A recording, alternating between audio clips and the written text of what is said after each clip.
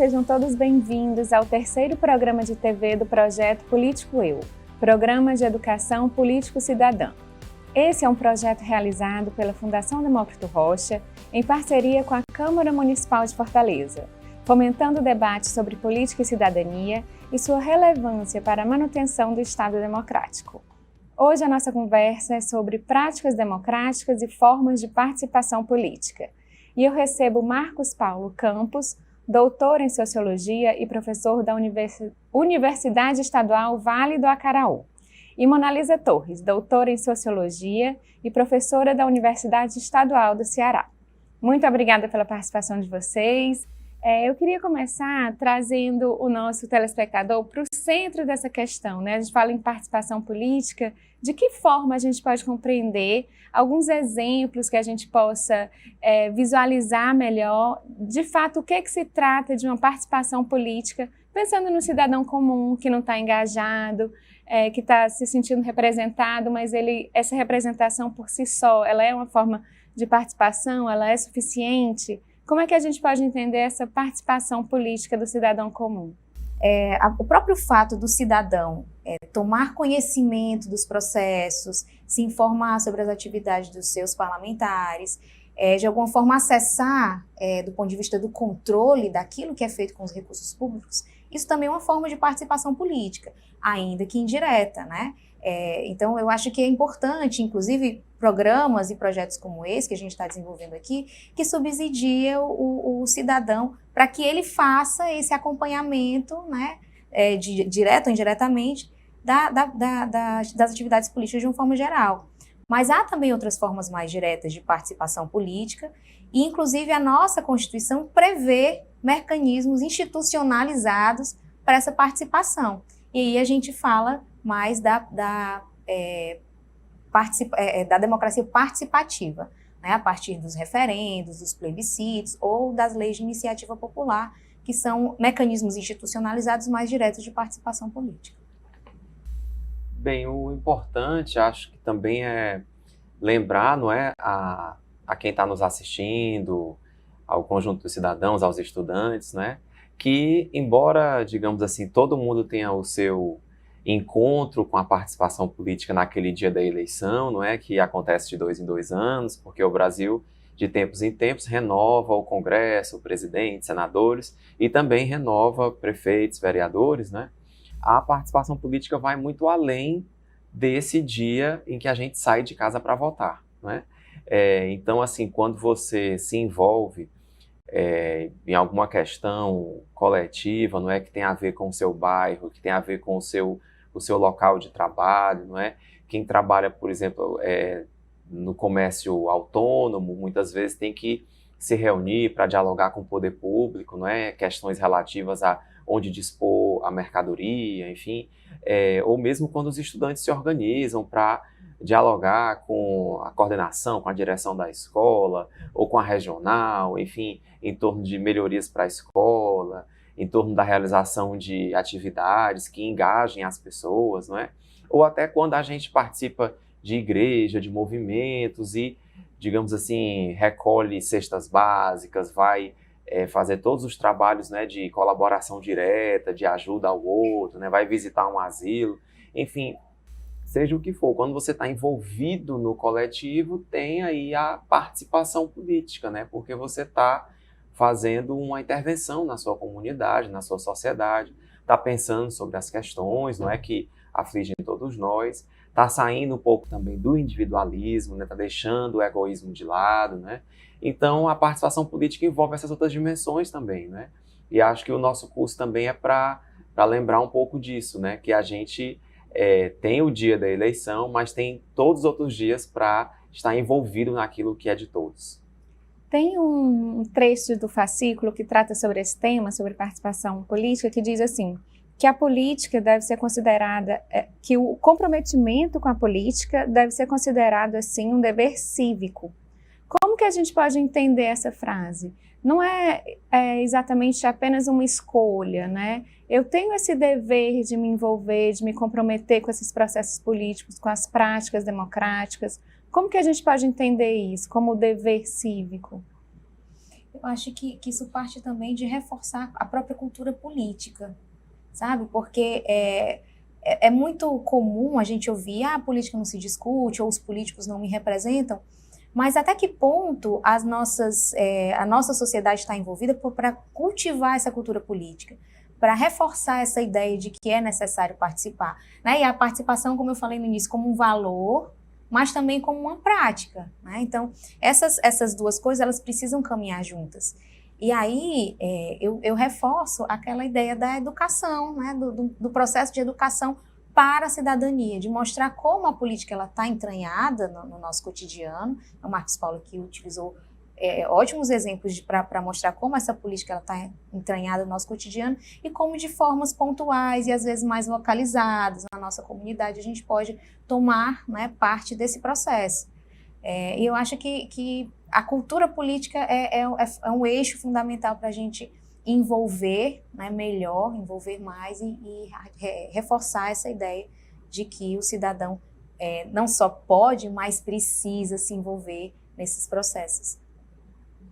Esse tema do dever cívico, ele é um tema para a gente ter cuidado com ele, né? Porque alguém pode pensar assim, puxa vida, a gente já tem tantas obrigações, né?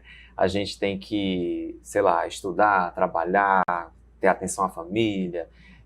Quem é estudante tem os compromissos com provas, avaliações, não é? Quem trabalha também tem que render no trabalho, enfim. E pode pensar assim, mais uma obrigação, participar da política agora é outra obrigação. Mas se a gente até esquecer que isso é um dever e pensar que quando eu me incomodo porque tem tido queda de energia elétrica recorrente na minha casa e eu vou conversar sobre isso com os meus vizinhos e eu coloco isso no grupo dos vizinhos do bairro ou no grupo do condomínio e aquilo vai virando uma indignação, vai ganhando a atenção dos jornais, os jornalistas vão em busca de saber o que a população está pensando, aí isso cai lá dentro da Assembleia Legislativa, isso vira uma CPI para investigar a situação da energia elétrica no Ceará, por exemplo, né?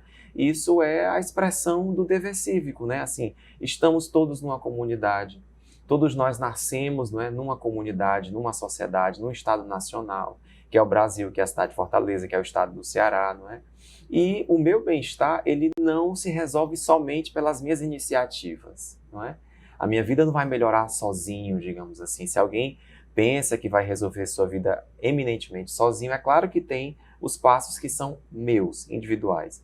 Mas tem aquilo que eu não resolvo com as minhas mãos, que eu vou precisar estar junto a outros, né? E é justamente quando entra essas questões que a possibilidade da gente participar e realizar o civismo, né, que é estar junto com outras pessoas tão civis quanto nós, né, e que partiram dos direitos civis, não é, os direitos de bem-estar, direito ao trabalho, à saúde, à educação, à dignidade, ao respeito, não é? Todas essas questões, aí a gente vai estar exercendo o dever cívico, talvez sem nem sentir o peso dessa obrigação, né? Mas principalmente se relacionando com as pessoas, não é? E buscando soluções comuns. Essas práticas democráticas, além de serem um caminho para garantir os direitos, né, terem legitimados algumas necessidades, como vocês estavam falando, é também uma forma de combate à corrupção. É através dessas práticas democráticas que a população consegue mapear, consegue opinar e talvez até impedir alguma coisa, nesse sentido, olhando para essa corrupção que é tão presente também, né, nos que a gente escolhe para nos representarem. Isso também tem essa ligação? Sim. A prática democrática também é um caminho de combate à corrupção? Sim, você trouxe um tema pertinentíssimo, porque é nesse processo de tomar posse, tomar conhecimento, né, a gente vem falando disso, de pequenas ações que são tomadas no cotidiano, né, de tomar conhecimento das ações do governo, de acessar as plataformas. Hoje a gente tem diferentes mecanismos de controle. A nossa democracia vai se aperfeiçoando e vai oferecendo diferentes mecanismos de controle para que os cidadãos comuns possam, pelo seu celular, acessar o portal da transparência e ver como é que o governo está usando tá usando os recursos públicos, como é que acompanhar os próprios debates, né, nas casas legislativas. Então, há diferentes mecanismos e o controle por parte do cidadão é um dos pilares que garante, né, e que reforça o nosso modelo, que é o modelo democrático. né? Então, estar atento ao noticiário, ler o noticiário, que acaba cumprindo essa função importante de controle, né? Os jornalistas como uma espécie de quase quarto poder aí para ajudar nesse processo de controle e fiscalização dos recursos públicos, né? Da atuação dos políticos, e isso também é uma forma de controle de participação política, né?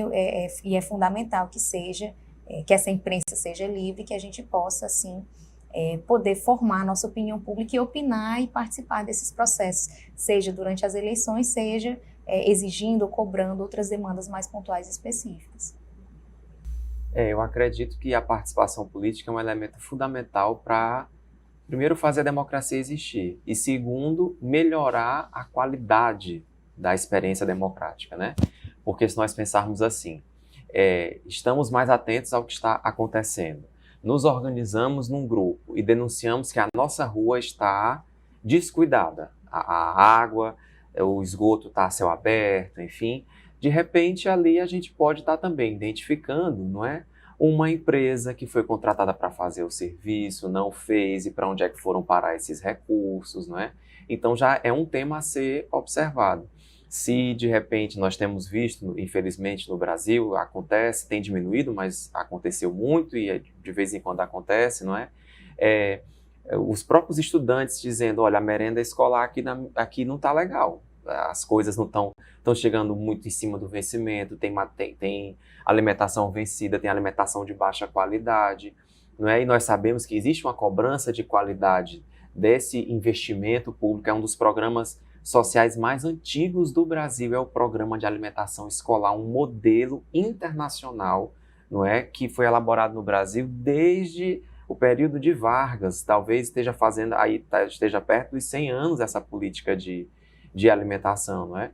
Então, se tem aquele comitê ali que observa, se tem os estudantes atentos, se o movimento estudantil olha para isso, se a sociedade está percebendo, então você vai colocando as políticas públicas nas mãos das pessoas, não é? E isso vai diminuir certamente a atividade de oportunistas, não é? De quem quer pegar ali o recurso público e usar para si, que é o exato contrário, não é? Da proposta do que é o orçamento público e o recurso público, né? E a gente tem não só a atenção dos cidadãos, mas também das instituições. Hoje o Brasil tem toda uma burocracia de contas, não é? Os tribunais que acompanham, que observam, não é? E que tem sido, digamos assim, olhos da sociedade nesse campo, né? Informam o Ministério Público. Mas eu penso também que a demanda por bom comportamento, digamos assim, na política, ela também está na cidadania eleitoral, né? Dificilmente um político vai querer estar identificado ou perto ou próximo de um escândalo de corrupção, porque muitas vezes aqueles que estão nos escândalos não vão estar no resultado das urnas. Então, acho que a sociedade avançou nesse sentido, é muito atenta a essa questão, não é? E certamente, com mais participação, com mais atenção, a gente só vai ter mais, digamos assim, representantes preocupados com isso e políticas públicas mais bem executadas. Vocês avaliam que a gente tem bons dispositivos, bons canais de fato exercer esse acompanhamento desses processos políticos, de participar efetivamente da política? Bom, nenhum mecanismo está pronto, né? A nossa democracia ela vai se aperfeiçoando com o tempo. Obviamente a gente já melhorou muito, inclusive temos, por exemplo, conselhos nacionais, conselhos, na verdade, em todas as esferas de poder que fomentam a participação cidadã. Tem as audiências públicas, que também é feito nas diferentes esferas de poder, que os cidadãos podem participar, inclusive não precisa de convite, eles podem acompanhar nos diários oficiais as datas das audiências públicas e participar dos processos de escolha de políticas públicas, de construção das políticas públicas ou de legislações específicas, né? Então, há diferentes mecanismos de participação.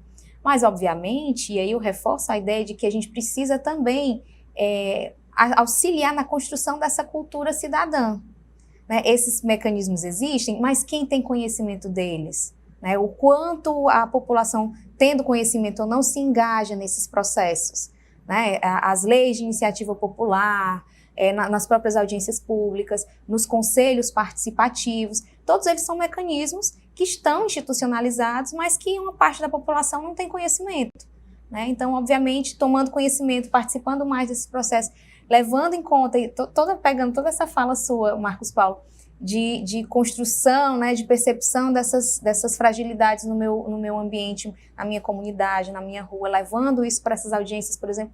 Então, na medida em que as pessoas vão tomando conhecimento desses mecanismos, né, e vão construindo coletivamente também esses processos de cobrança e controle, né, a gente pode ter aí um aperfeiçoamento, inclusive, dessas ferramentas e construção de outras ferramentas também que possam garantir não só a participação, mas o controle cidadão. Eu acho que essas duas coisas precisam andar juntas. Eu penso que nós elaboramos vários mecanismos de participação importantes, não é? Agora nós estamos tendo aí todo um retorno das conferências, não é? Inclusive, se não me engano, a própria Conferência de Juventude está em pleno processo de mobilização, não é?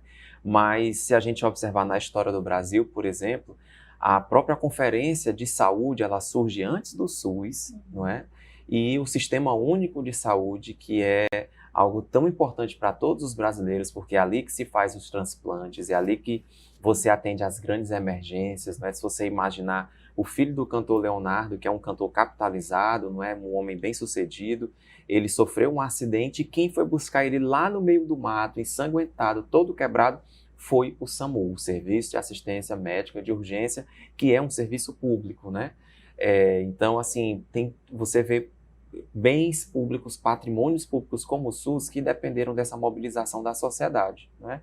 Agora também existe a ação e a, digamos assim, a atividade social fiscalizadora, melhoradora da democracia, que não passa por aí, que muitas vezes são os movimentos sociais, as associações de bairro, os grupos que não são políticos, mas que podem se politizar. Por exemplo, agora, a ação antirracista das torcidas organizadas. Isso daí vai mudar muito o Brasil. Se o Brasil já tem, se Fortaleza, se o Ceará que foi o primeiro, né, a libertar os escravos a partir de toda a mobilização que teve aqui, não é? Tem que dar uma olhada aí na história de Dragão do Mar, na recusa que ele fez de não levar mais navios negreiros, né?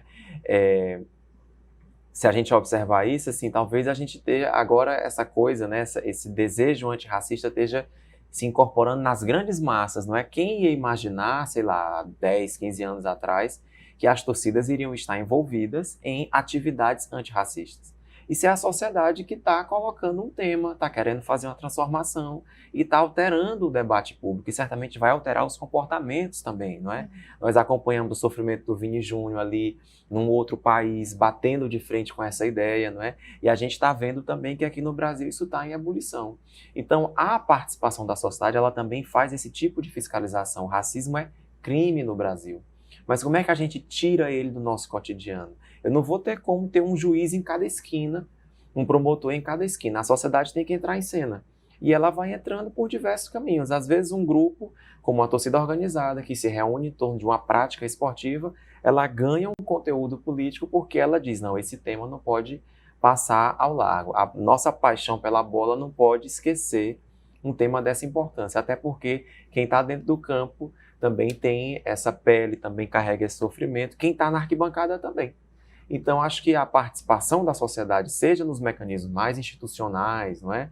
Seja nas conferências como um delegado de conferência, seja como um vereador, um deputado, seja como um cidadão que se incomodou com a questão e que decidiu botar a boca no trombone, isso também ajuda, não é? a fazer a vida democrática andar para frente, não é? E a ampliar o estado de bem-estar, não é? A sensação de bem-estar e a sensação até de felicidade. O Brasil já pontuou muito alto, né, os níveis de felicidade. Eu acho que a gente pode até fazer agora uma felicidade sem racismo, digamos assim, né?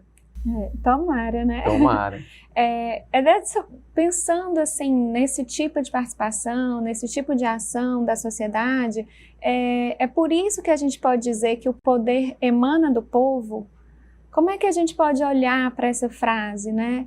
E fazer com que as pessoas de fato se sintam empoderadas para de fato construir a democracia, que a democracia é um processo construído no dia a dia das pessoas. O povo tem mesmo esse poder? Pode ser. Olha, eu acho que essa frase ela é muito importante, e a gente precisa diminuir qualquer equívoco que tenha sobre ela. O poder emana do povo mesmo. É a população que nas urnas constitui os seus representantes, não é? É a essa população que esses representantes devem se reportar em última instância, é a ela que eles vão prestar contas dali a 4 anos, né? É ela também que, inclusive, pode apontar caminhos para essas instituições, porque ela pode fazer os projetos de lei de iniciativa popular, não é? Como foi, por exemplo, a lei da ficha limpa, né? E também é importante entender que o fundamento último do poder não é o poder em si. O fundamento é a sociedade. Então, a experiência cidadã ganha mais importância nesse caso, não é? Porque eu passo a entender que eu sou parte desse processo e que, inclusive, a minha participação não se encerra quando eu digo, aperto aqui na urna, dou o confirmo e digo, confio neste fulano para cuidar das coisas que são públicas, né? Para além disso, né, a ideia de que o poder emana do povo também significa dizer que esse povo não é uno, ele não é unificado, né? Então, o poder também vai precisar ter as diferentes visões, os diferentes rostos, né? Claro que você pode e deve ter a formação das maiorias, mas o respeito às minorias, àqueles que pensam diferente, não é? A opinião divergente, a possibilidade também de fazer consensos, tudo isso entra. Essa afirmação, o poder emana do povo, ela é uma afirmação geradora de pensamento, comportamentos, de práticas, mas principalmente geradora de um compromisso. Nós estamos juntos, não é? E vamos ter que ter regras de convivência, vamos ter que ter pactos, né? Aqui na resposta anterior eu falei, por exemplo, de um pacto antirracista, não é? Ou de um movimento que eu até acho mais forte, um movimento antirracista da sociedade, mas isso pode incluir outras coisas, por exemplo, um pacto, um movimento, uma direção em favor das mulheres, não é? Por exemplo, contra toda forma de violência, pela ampliação da presença da mulher em todos os espaços, não é? Isso é uma coisa que está na ordem do dia, não é? Nós podemos ter também outro tipo de compromisso, que as diferentes visões que tem na sociedade brasileira, no Ceará, em Fortaleza, na sua cidade, na sua escola, não é?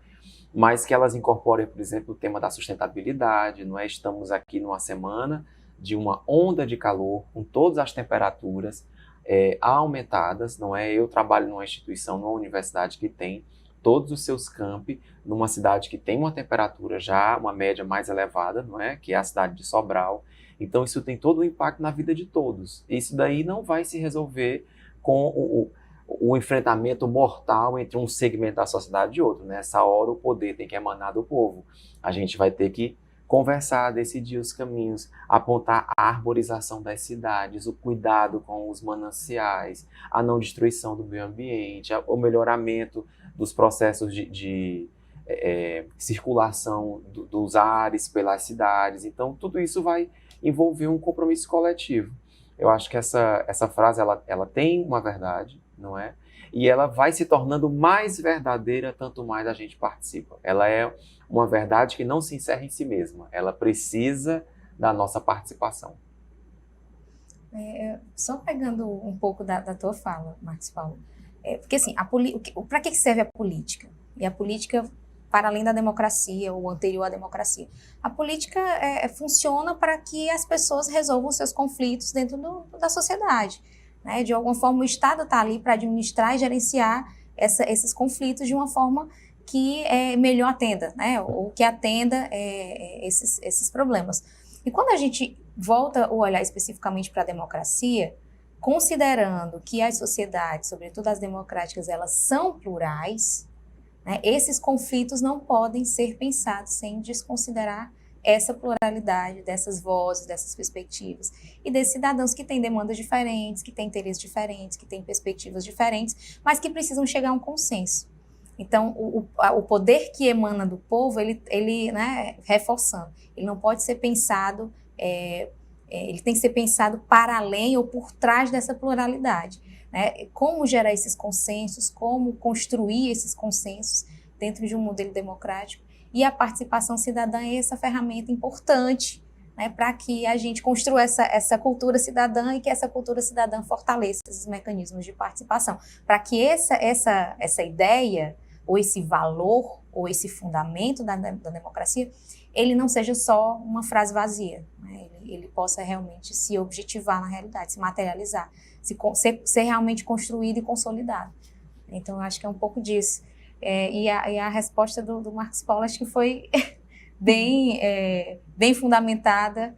Eu só complemento mesmo com esse elemento pontual. A gente vai ter um ano eleitoral em 2024, né? E é uma das formas mais expressivas de participação política, né? Inclusive, muita gente deixou de votar nas últimas eleições, teve uma campanha forte para engajar os jovens, né, nesse processo de tirar o título de eleitor, de ir votar, inclusive os mais velhos, que já não têm mais a obrigação do voto, de irem votar. Eu queria que a gente reforçasse essa questão. Por que o voto, ele de fato é uma ferramenta super importante? E como escolher, né? Como fazer essa avaliação de quem é o candidato que vai me representar, que vai fazer um bom trabalho pela sociedade? Bom, voltando para a ideia de pluralidade, né? Então, quanto mais votantes com perspectivas diferentes puderem escolher os seus representantes, a gente pode ali minimamente construir essa representação proporcional a esses segmentos. E do ponto de vista de controle, né, o Marcos Paulo lembrou em outro momento, que o voto também é uma forma de controle, né? Então, quando você tem ali alguém que você escolheu como seu representante, mas que descumpriu as promessas ou que, enfim, não foi um bom político ou uma boa política, você tem como utilizar essa ferramenta de alteração né, de remoção desse político. E o voto também tem um outro significado, né? Para além disso, o voto também representa o meu desejo de projeto de sociedade. Que projeto eu desejo? E aí eu coloco uma crítica, que é a falta de transparência dos partidos políticos, né? Porque eu acho que isso também é importante, que os cidadãos possam pressionar os partidos para oferecer melhores candidatos, para deixar mais claras suas plataformas de campanha, né? E a participação, nesse sentido, a participação social do cidadão nesses processos de escolha das listas partidárias, no processo de elaboração das propostas de políticas, né, que são colocadas nas eleições, isso tudo elas precisam andar de alguma forma juntas, né? Então, você ter uma boa escolha, o cidadão poder escolher, mas também poder escolher, ter boas opções, bons projetos, boas lideranças que possam, de alguma forma, ali, defender a sua visão de sociedade. Sim, olha, o processo eleitoral, ele tem uma vantagem em relação às outras formas de participação. Ele tem uma instituição que o organiza, que é o Tribunal Superior Eleitoral. Ele tem uma data, que no caso do Brasil, é uma data, um conjunto de particularidades, não é? Você tem que ter o seu direito ao voto garantido, isso não está colocado em todas as sociedades do mundo, tá? É bom lembrar, por exemplo, que nos Estados Unidos, que é considerada a maior democracia, não é? Entre as democracias capitalistas avançadas, nos Estados Unidos a eleição é num dia de semana e os patrões não são obrigados a liberar os trabalhadores para irem votar, não é? Por isso, inclusive, que eles têm a figura do voto por correio por causa disso, né? No caso do Brasil, a eleição ocorre num domingo, não é? O direito ao voto tem que ser garantido, ou seja, as pessoas com contratos de trabalho devem ter o direito de participar do processo eleitoral, irem à cabine de votação, não é? E há também o processo de informação eleitoral, que é o horário de propaganda gratuita, enfim. Então, tudo isso faz com que esse momento, né, a sociedade esteja muito atenta a esse momento, né? E, como você mesmo disse, nós tivemos trajetórias de absenteísmo, né? A última eleição para os municípios aconteceu dentro da pandemia, com um calendário mais atrasado, né? Então, realmente houve toda uma particularidade. Mas na eleição do ano passado, nós tivemos a menor quantidade de brancos e nulos, né, desde 1994, Então, nós podemos estar num momento de crescente, porque a democracia ela tem isso, ela tem momentos em que, digamos assim, ela está mais no hype, e tem momentos em que ela não está bem, ela fica ali Adormecida. meio adormecida no volume morto, digamos assim, não é? E talvez agora nós estejamos num outro momento de crescente, não é? De maior preocupação, e, portanto, a participação vai ser talvez mais intensa. A questão é que as campanhas municipais, elas costumam engajar muito, porque elas vão lá no nível do bairro, no nível da rua, porque tem toda a mobilização dos candidatos a vereadores, não é? Que é a eleição mais competitiva, não é? A eleição para vereador, todo mundo sabe um pouco disso, né? Tem candidatos a vereador, tá, às vezes por rua, às vezes a mesma rua tem mais de um, não é? E, portanto, as questões que envolvem a cidade, que são questões muito visíveis, não é? A calçada, é a rua, é a iluminação, é o cuidado com as praças, é a qualidade da creche, é se tem creche ou se não tem, não é? Então são elementos muito visíveis que mobilizam bastante.